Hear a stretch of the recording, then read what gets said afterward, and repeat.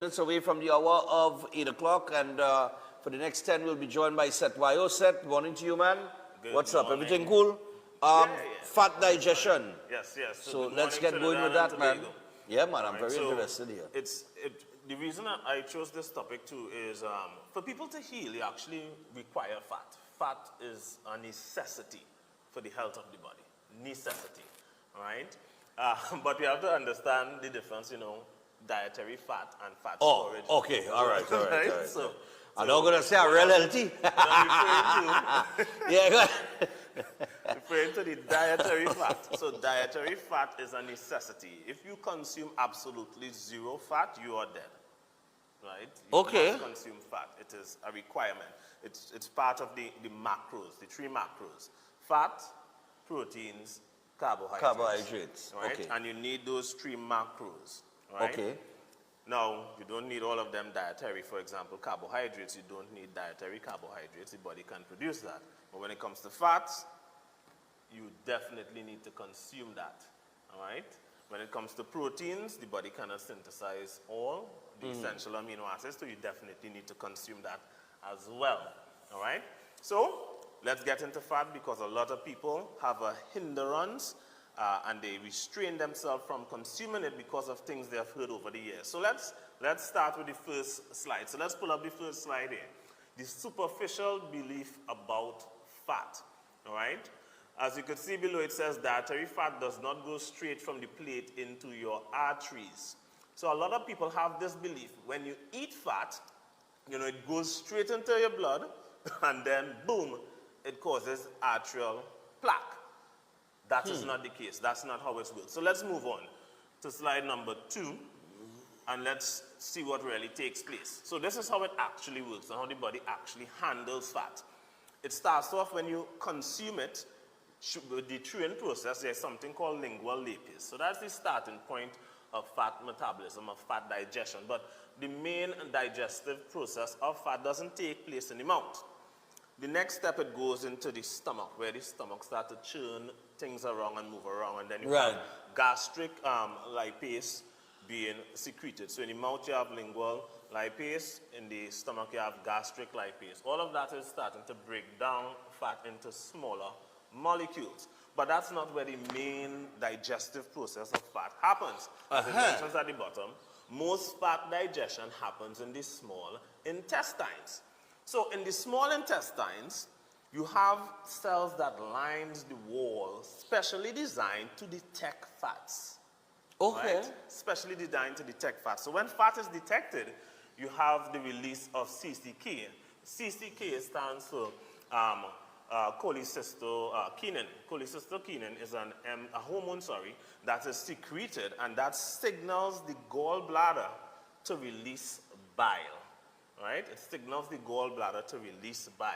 Now, here's something very interesting. Bile, we know, stores bile salts, right?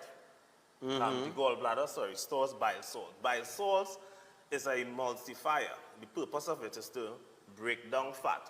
But let me explain a little bit something else here, just to show you how important fat is. The liver produces bile, right? The liver produces bile. And bile is stored in the gallbladder. The gallbladder is the only organ in the body that is solely designed to deal with fat. It is the only organ. Any other organ in the body that has to deal with any of the other macros doesn't deal with that macro alone. It deals with multiple things. All right. The gallbladder is the one organ in the body that is designed just to deal with fat. Which means fat is an important substance, dietary fat is an important substance, an important molecule, an important nutrient for the human body. This is why your body have an entire organ dedicated for it. Right? Now this is just some additional information I'm throwing in here. So fat is not something you're supposed to not consume. All right? Your body have a whole organ for it. So let's go back to it. But hold on. How do we, you say fat is not something that you're not supposed to consume. That you're supposed to consume. Fat is something you're supposed to consume. All right, so let me just take, I just want to be clear here, a nice piece of pork. Right? Pork comes with there's the fatty part of the pork, right? Is that something to consume or not to consume? You can't Because plenty consume people just cut off that and say, I'm taking off the You fat. can consume it. You don't need to consume all of it, but you can consume it. All right? How the body deals with fat is very different, because as we go along, we would see, because even if you consume excess fat, your body has a way to eliminate that. Okay, Right. that's, yeah. So then after the gallbladder releases bile, all right? And then we see in next day there, the pancreas releases lipase. So let's go to the next slide to understand what the gallbladder does with this bile. So we have the large fat globules that would have come in from the stomach, all right? After the little gastric lipase would have started to break down some of the fat itself, but it's still in large globules. Now, bile salts is an emulsifier. It emulsifies fat. What that means, it acts like a detergent, right? Detergent, for example, you have, let's say, squeezy or one of the dishwashing detergent, right? And you use that on fat, you realize it doesn't have sticky and slimy, right? You know what that does? It breaks it down into smaller particles so that it can be washed off and washed away. So bile is an emulsifier. And the reason why it's an emulsifier is that you have the enzyme, which is the pancreatic lipase, that has to further break fat down, right? And that would separate it into fatty acids and monoglycerides. Now that could only happen if the molecules are small, because if they're too large, then the enzymes can't get around the fat enough to break it down into the fatty acids and monoglycerides. Okay. Now, if you notice here, this is a very intrinsic step-by-step process that the body have with dealing with fat. Right? Why does the body have all of these step-by-step processes and an organ designed solely for fat to deal with fat if fat is not good for the body? Right?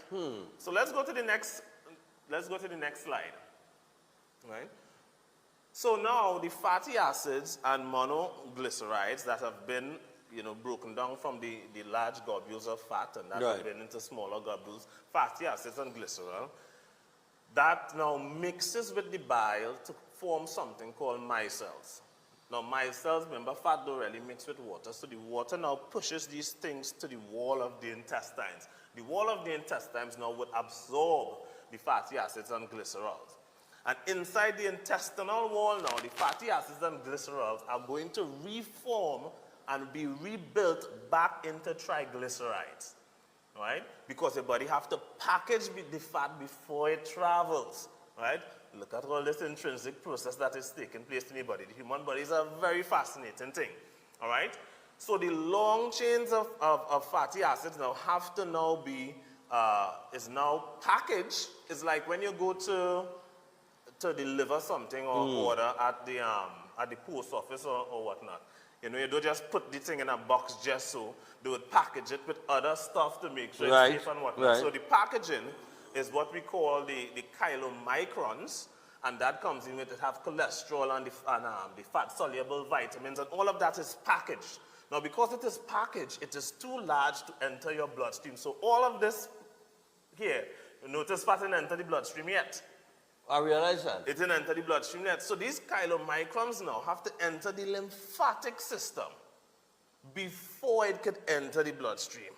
So things don't just go straight from your mouth straight into the bloodstream. It have a lot of steps. If we count how much steps we count so far, it's a good few steps that we count so far, right? So then it enters the bloodstream close to the heart. So in the lymphatic system, then it enters the bloodstream close to the heart. But that is not the end yet. Let's go to the next slide. Right? So, as it enters the bloodstream, the chylomicron circulating in the bloodstream, of course, your body have enzymes to detect things, and it's going to release the other enzymes, the lipoprotein lipase. Lipoprotein lipase is what extracts fatty acids from the chylomicron. So it extracts the fatty acids from the chylomicron. Now, fatty acids can be used by muscles, by the liver. It can be used for muscles, for energy. It can be processed by the liver. Let's say the liver even wants to eliminate it or even store it for energy. That can happen as well. And fatty acids can be used by your mitochondria to produce energy, all right?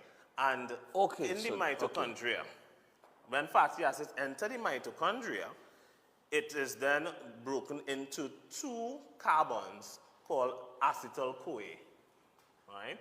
And acetyl-CoA is what would enter what we call the Krebs cycle, right? That enters the Krebs cycle, and then you have ATP.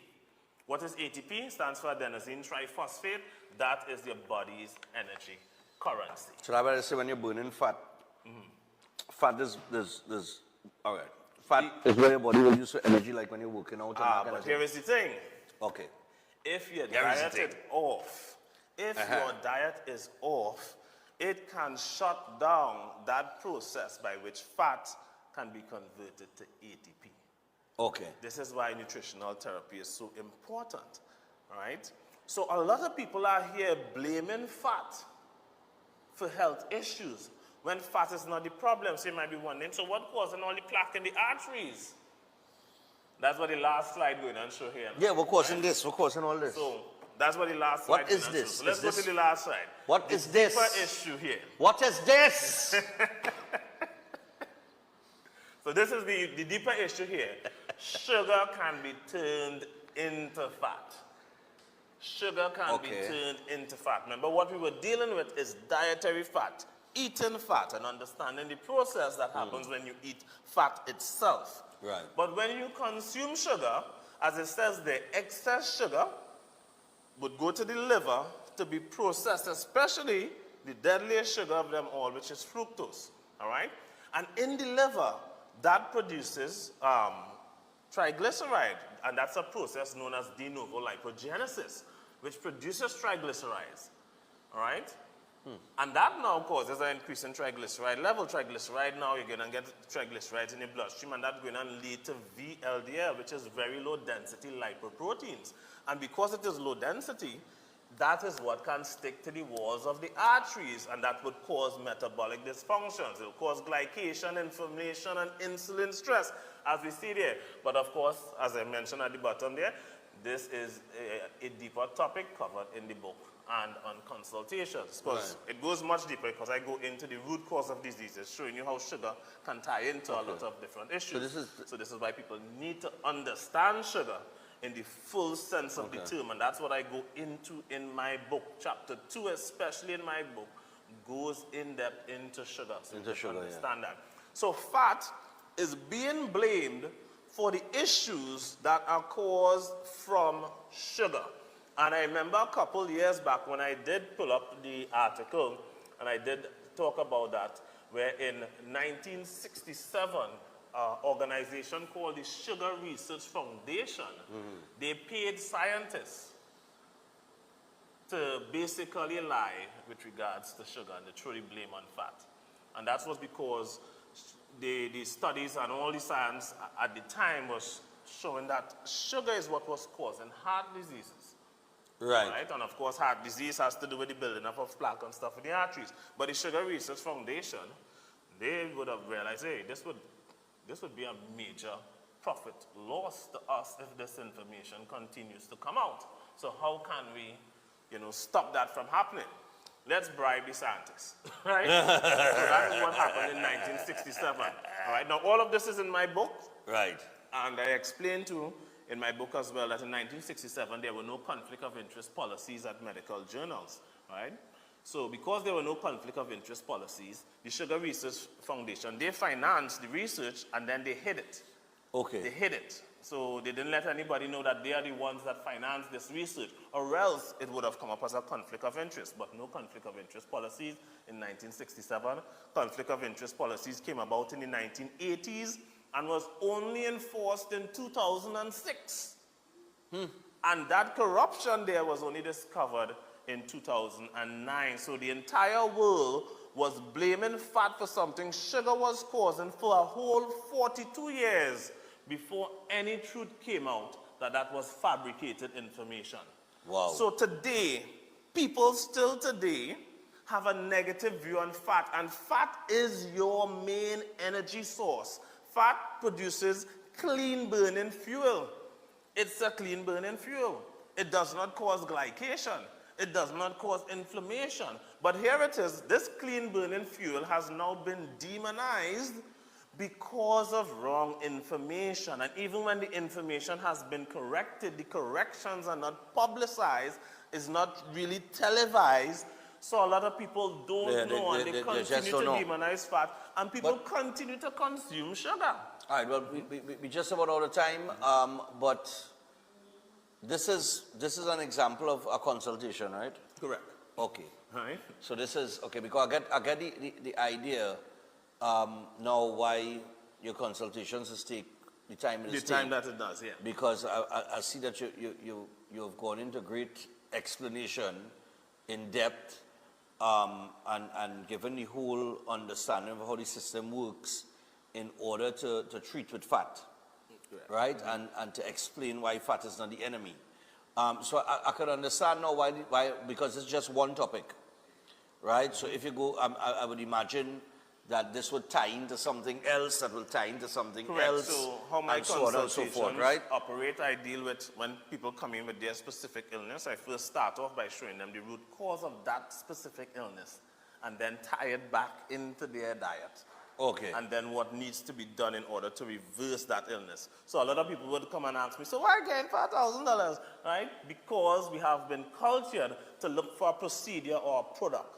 When healing doesn't come from a procedure or product, you need to understand why you're sick. Right. If you are to reverse that health issue. If you don't understand why you're sick, you will go and do a procedure and a product, and you can be bamboozled. Right? Right. Because how much which products, happens, which happens all the time. How much people out there taking product after product. And it's not more products you need, it's less products you need to heal. Right?